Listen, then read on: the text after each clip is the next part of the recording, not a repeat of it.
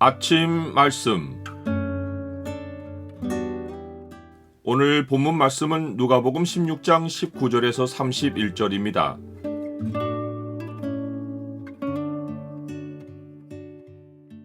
호화로움의 미혹을 피하고 이웃에게 긍휼을 베풀라. 오늘 본문을 경고의 창으로 보면 자기를 위해서만 부를 쓴 자의 영원한 운명이 어떠한지가 보입니다. 경고의 창을 보여주는 구절은 16장 25절입니다.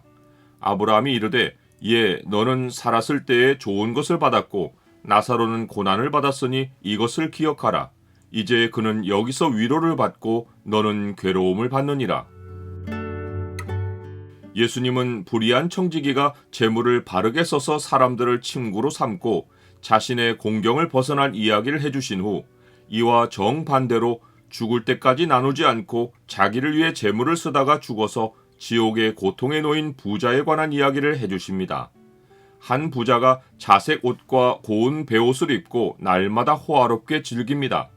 그런데 나사로라 이름하는 한 거지가 헌데투성이로 그의 대문 앞에 버려진 채 있습니다.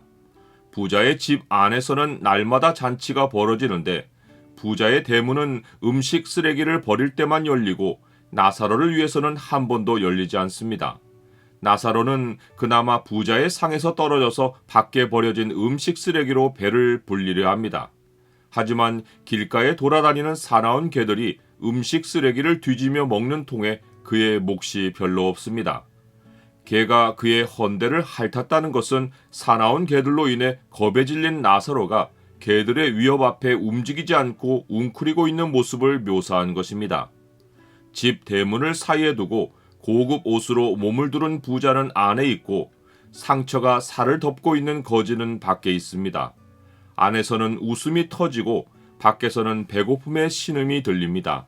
날마다 호화로운 잔치로 손님들이 매일 집을 드나들었을 텐데 대문 밖의 나사로는 누구로부터도 눈길이나 온정을 받지 못하고 개들의 위협을 받습니다. 그러나 동네에서 유명했을 그 부자의 이름은 알려지지 않고 거지의 이름은 나사로로 나옵니다. 나사로는 하나님이 도우시는 자라는 뜻입니다. 나사로는 하나님이 생명책에 기록하고 기억하시는 이름이기에 땅에서 괴로움 가운데 있어도 그의 소중한 이름이 하늘에 기록되어 있습니다.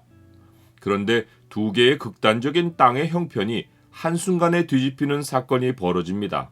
바로 모든 사람에게 어김없이 찾아오는 죽음입니다.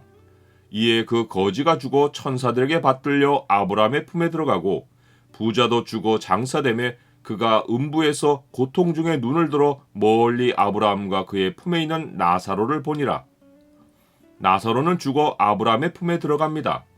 그는 살았을 때 고난을 겪었지만 여호와 하나님에 대한 신앙을 지키고 하나님의 도움을 전적으로 의지하고 산 결과 믿음의 백성들이 있는 영원한 안식으로 들어갑니다.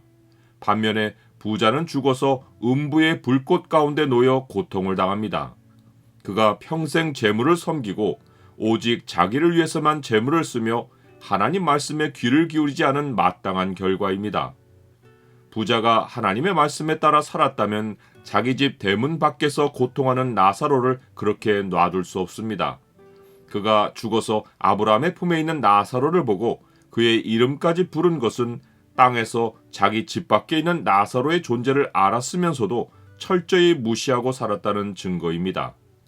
부자는 아브라함에게 긍휼을 베풀어 주기를 호소하지만 지옥과 하나님 나라는 상호 교통이 불가능합니다.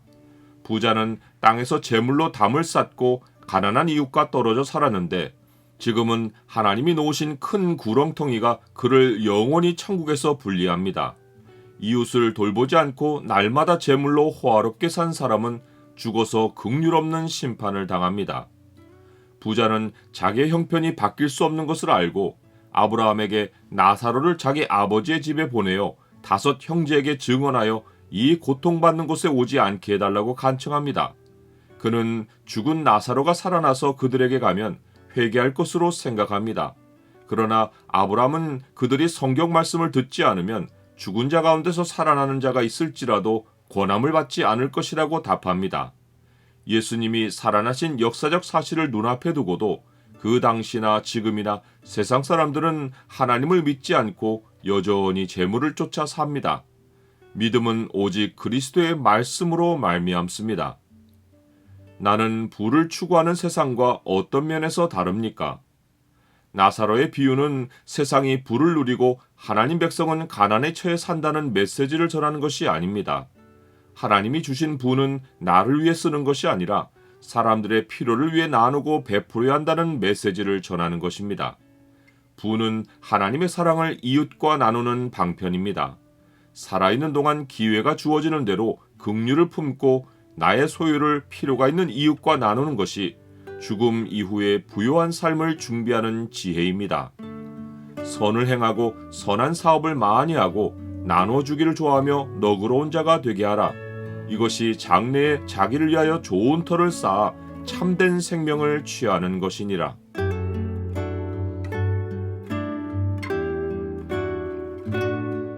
주님, 땅에는 부자와 가난한 자의 벽이 높게 세워져 있습니다.